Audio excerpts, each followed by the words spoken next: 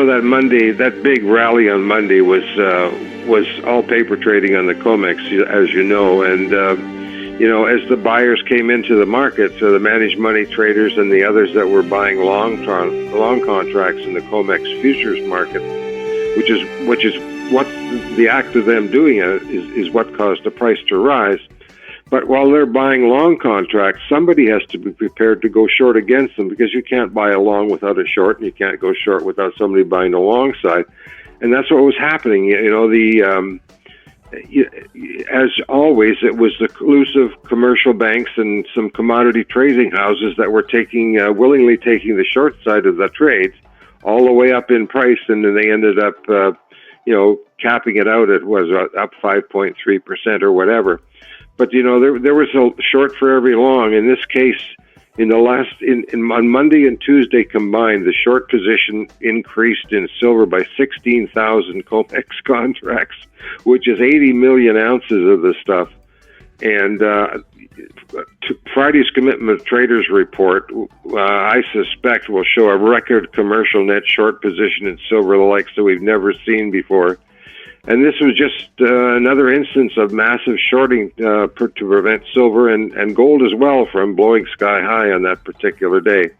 So it's the same old at the moment. And, I'll be able to talk more intelligently about it on Friday once I see that report. But, they're still there keeping the lid on the price. But, we're looking at the price action for the last month or so, and it's just a matter of, how long can they keep this thing contained before it finally does blow, because they can't keep it up forever. GATA was formed, the Gold Antitrust Action Committee was formed in around 1999 by Bill Murphy and Chris Powell, and I became actively involved with them several years later. Right from the start, Moriarty dumped on us for years, saying that nobody cared what the price of gold was, certainly not the Federal Reserve, and it wasn't being managed. This went on for, at least a decade or more. But finally, as it has dawned on the gold community, is that GATA was right. Rather than admit he was wrong, he just changed his tune to saying that all markets are being managed. And we haven't heard a peep out of him about it in the last 15 years or so. But this is typical of the attitude back then. And there are still some of these so-called precious metal experts, and I'm not going to name names, that deny it vociferously in public, but they know better, and they'll admit to it in private, but they never say it because they have a certain peer group they hang around with, and to admit that they've been wrong for the last quarter of a century is not something they're prepared to do.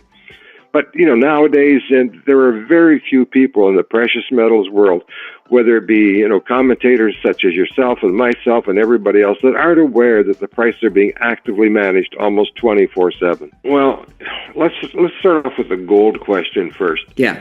As you know, gold has been rising, strongly for the last 6-8 months. It's really been screaming so far this year, and the sole reason for that. And, we've seen lots of gold shipped from London and Switzerland into New York. I mean, everybody's talking about the huge deliveries in the COMEX and all the frequent flyer points the gold is picking up between London and New York and Switzerland and New York. But the real reason, and it's fine. I mean, hey, it's great. I mean, we all love it. But the thing is, here is why the gold price rose. And it's for a simple reason. Since the beginning of the year, the commercial traders, the guys that are short the market, and short silver, they have bought back 147,000 gold contracts that they were short, either through delivery or buying back a long contract to cover the short position. Now, 147,000 gold contracts is 14.7 million ounces of the stuff. And when you go into the market and you buy it, whether it be paper or physical, that's going to drive the price higher, and that's called a short covering rally, and that's exactly what we've been having. So that's why the price has gone up, and of course, the result of that is, it's increased demand in the retail market to a certain extent, and now the big hedge funds are starting to get involved. So, it's been a self-fulfilling and, been feeding on, it's a feedback loop that's, really gained momentum, and with the U.S. dollar and everything in the toilet, and the talk of war here and the talk of war there, and, things going on in the United States government along with Donald Trump and all his big, beautiful bill. I mean, this is all just, throwing gasoline on a fire. So, along with the short covering, the gold's really been on a tear. But as for, and even then, silver is, the amount of gold going into all the world's ETFs and mutual funds is we're at record high price, what, $3,500 in gold right now. And there is less gold in all the world's ETFs and mutual funds and depositories now than there was when gold broke above 2,000 several years ago. So, even in gold, the institutional buying is not there. It has picked up a lot, and I'm sure that'll change over time. But right now, it's not what it was back when gold was 2,000, and why that's the case, I don't know. You don't know, and nobody else knows. I mean, it's been amazing to watch, and everybody's commenting on it, and rightly so. Now, as for silver, that's really different.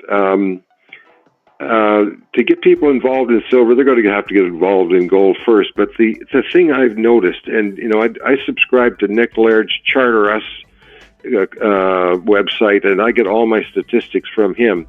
I just commented on the fact that even though gold has not, the amount of gold in all the all the ETFs in the world has not got back to where it was when gold was at $2,000. In silver, it's the opposite. Even though we haven't even got back to 35, let alone 50, the amount of silver that's being deposited in all the world's ETFs and mutual funds and depositories is now back to where it was at its high of about 5 or 6 years ago. So even though, gold hasn't reached that mark yet, silver is already there. So there's been stealth buying in in silver, as we've seen, in the deliveries in New York, and amount of silver that's been flown in from London as well. And we've also had stealth buy. I've been commenting on this in my column for the last couple of weeks now. We have had stealth buying in the silver equities now for the last couple of weeks, and I just noticed on my